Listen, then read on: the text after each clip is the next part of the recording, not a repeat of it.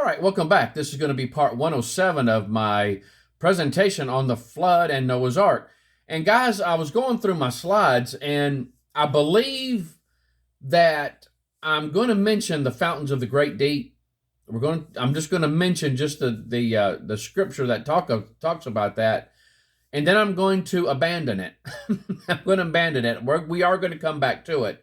But the way I've got it laid out in my presentation here, I think I'm going to jump to the canopy theory, and then we're going to come back to the fountains of the great deep. And I think I know why I did this. There's the canopy theory is such a large block that I think I'm going to go ahead and just cover that, and because that gives an idea, that gives you an idea of what the pre-flood world may have looked like with this canopy. Again, it's just a theory, and not all creationists and those that study the aspects of what it would be like before the flood through whatever fossil records and stuff like that.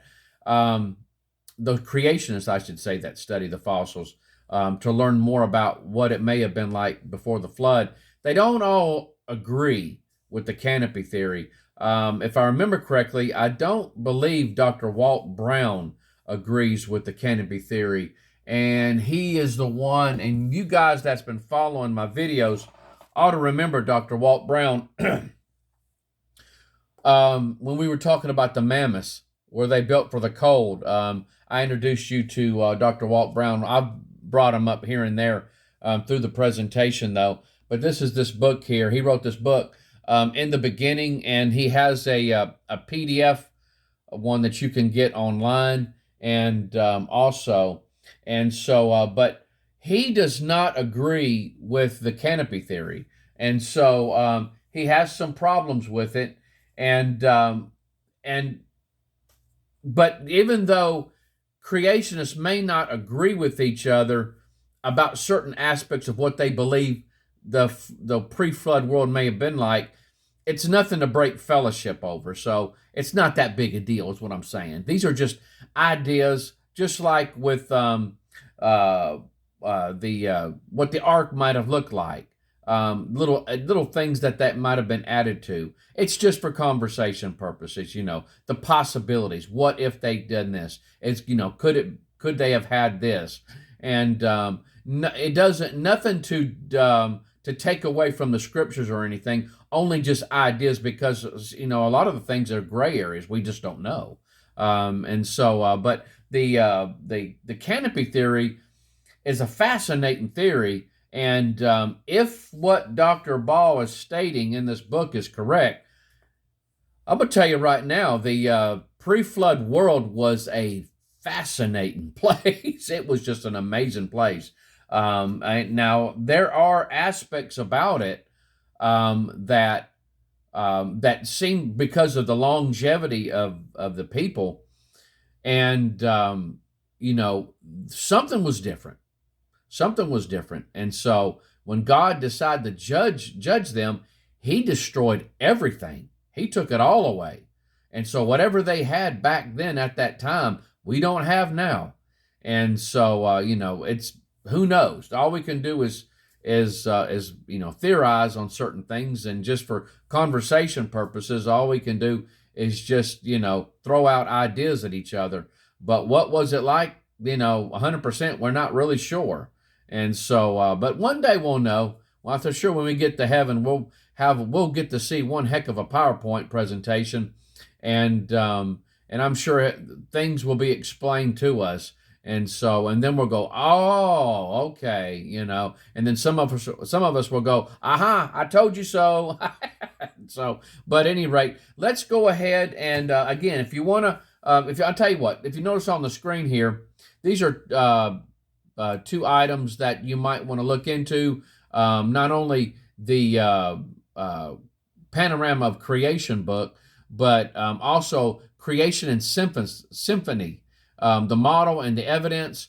And just check out, I'll put a link in the description below for you guys, and you guys can go to it. And I'm sure he has some things on that. But I believe if you take down these I tell you what I'll do too. I'll tell you what I'll do too. Since I'm in this giving mode, I will also put links in the description. I believe I have seen these videos on YouTube. Now I have the DVDs, but they have these on. I believe both of these videos are on YouTube, and so I will put links on both of these videos for you guys, and I'll put a link in the description for his a link to his website, and so you guys can learn more. And so we're all here about educating. I want to educate. And again, of course, don't forget about the canopy theory. The canopy theory, where a lot of my information I'm getting is from those two videos that I just showed you and this book here, Panorama of Creation. And so Dr.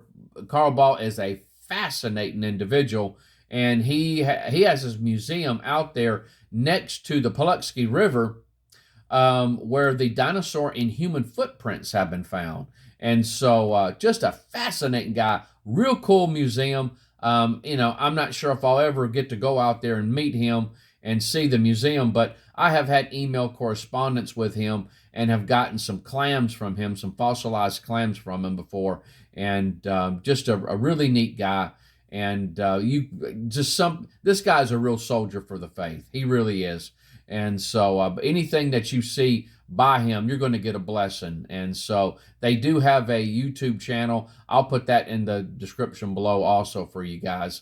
And so, but please check them out. You won't be sorry that you did. And for those of you that want to check out my YouTube channel, I do have a playlist about dinosaur and man footprints found together. And many of those videos that are on there are from his museum. And so they put together some stuff. They are still actively,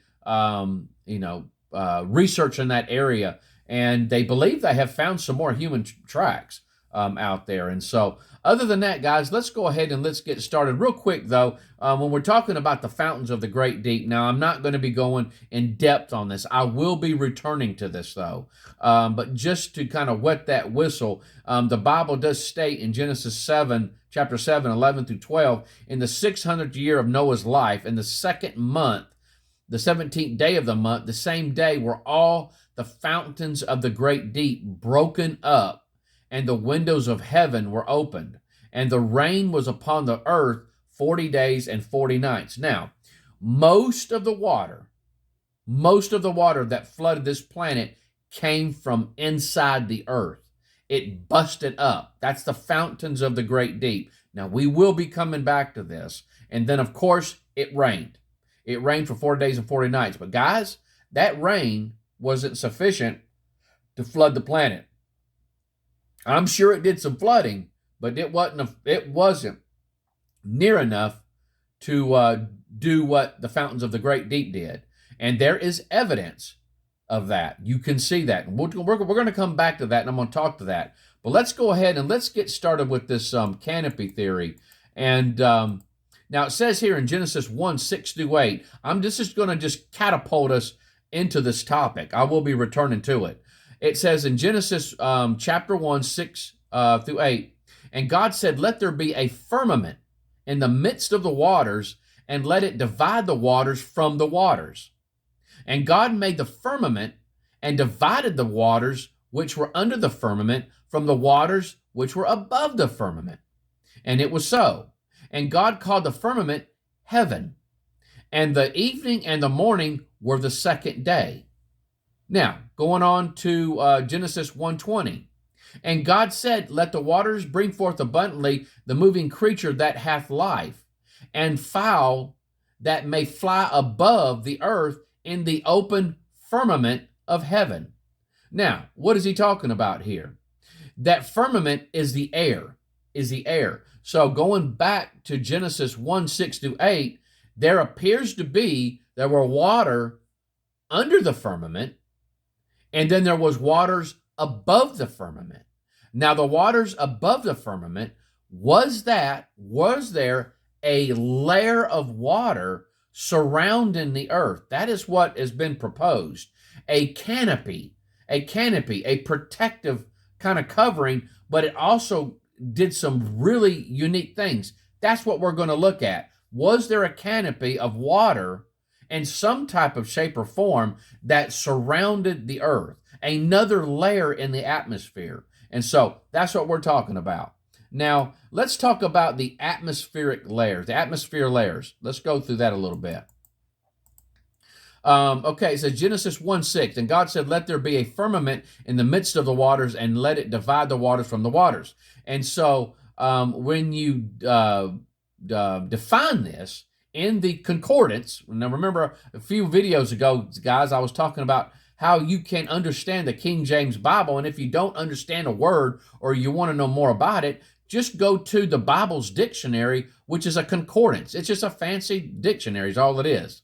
And so what I did here with firmament, and if you notice all the highlighted areas, and you can go deeper, because if you notice, I took that where it says from 07554, and I actually went in deeper. You can look in to the definition a little bit deeper, but in a nutshell, if you notice, it says solid, expanse, a vault of heaven supporting waters above, considered by Hebrews as solid and supporting waters above. So, is there something to this firmament that when you define it, it gives us a little insight to what was in the atmosphere layers before the flood? Because remember, it says it rained. And some have proposed that, is it possible that the water for the rain came from this firmament? And so it's an idea. Again, it's an idea that's been proposed. And when you go in deeper, remember I said that 7554, it means to beat, to stamp, to beat out, to spread out, to stretch. And so was there a water, something in the form of water, maybe frozen, or that it stretched, and it was another layer to the layers of our planet that protected this earth and gave it certain qualities and stuff. And so I don't know. That's what we're going to look at, and I'll show you the evidence, what I've been able to read, and what Dr. Baugh has proposed from his personal research. And, we'll kind of look at some ideas and see what we come up with. But the atmosphere layers, this is what they are. Starting at the bottom, you got the troposphere, stratosphere, mesosphere, thermosphere, and the exosphere. Now, the troposphere, temperatures range at 6 to 110 below zero. 60 to 110 below zero, dropping as you go up to the stratosphere. Storms take place there. 5 miles up, it's 5 miles up from the North and South poles. It's 10 miles up from the Earth. And so, depending on, I guess, where you're at in locale, it would depend on how far up this troposphere, how high it goes up. Where the protective ozone layer floats, and this is the stratosphere. It's 10 to 31 miles up from the Earth. It's a calmer air where airplanes fly. Within the area of the ozone, the temperatures rise rapidly as you go up from the Earth. At the 30-mile mark, the temperature is the same as the surface of the Earth. Where we see the shooting stars is the mesosphere. It's 31 to 50 miles up from the Earth. Space debris burn up in this layer as it enters. When the temperature drops as you go away from the Earth's surface as low as 130 degrees below zero. Where the temperature rises is 50 to 400 miles up from the Earth. The thermosphere. Northern and southern lights are seen here. Temperatures can rise to 440 degrees because it absorbs much of the solar radiation. The ionosphere is also located here, which can interfere with radio broadcasts due to electrically charged particles. Where the farthest layer is is the exosphere. It's 400 to 440, excuse me, it's 400 to 40,000 miles up from the Earth. The air dwindles to nothing as air molecules drift into space. Now, where the canopy would have been, approximately 11 miles up from the Earth, and they believe that it could have been anywhere between 10 to 20 feet thick. That would have been the thickness of the canopy. And so right there around 10 to 11 miles up is where they believe it would be at. And so, and this is a thing too. This is just a thought, and I've talked about this in the past when we were going through carbon-14. Would carbon-14 have even been created if this canopy, this protective canopy, was there? And so that is another thought. I don't want to get in all that. If you guys want to look into that, hear more about it, just go back to my videos where I start talking about the dating methods. If I can remember while I'm editing, I will put a link to that also below. So in case you guys just want to refer back to that. And so, that would definitely have an effect on the carbon-14 if it was even being produced at all before the flood. I tell you what, guys, let's stop right there. When we come back, we're going to start looking at some of the aspects about the canopy, some of the things that's been proposed, some of the unique qualities that it could have had. And so, again, guys, all we can do is just theorize. This is just theorize about what it could have been. And so, but I will say this, the pre-flood world was different. It was different. There's no doubt about it. The fossilized plant life and the animals that they have found, how huge they were, gigantic, enormous, shows that there was something different on our planet and that humans were living so long. I mean, I'm up to 1,000 years before the flood. Something was different, guys, before the flood. And then when God destroyed that world, He took it all away. And now we're lucky if we live 100 years old. And in some locations, we're lucky if we live up to 80 years old. And so, but anyhow, guys, you guys take care. I love you. Hope the Lord bless you real good. Bye-bye.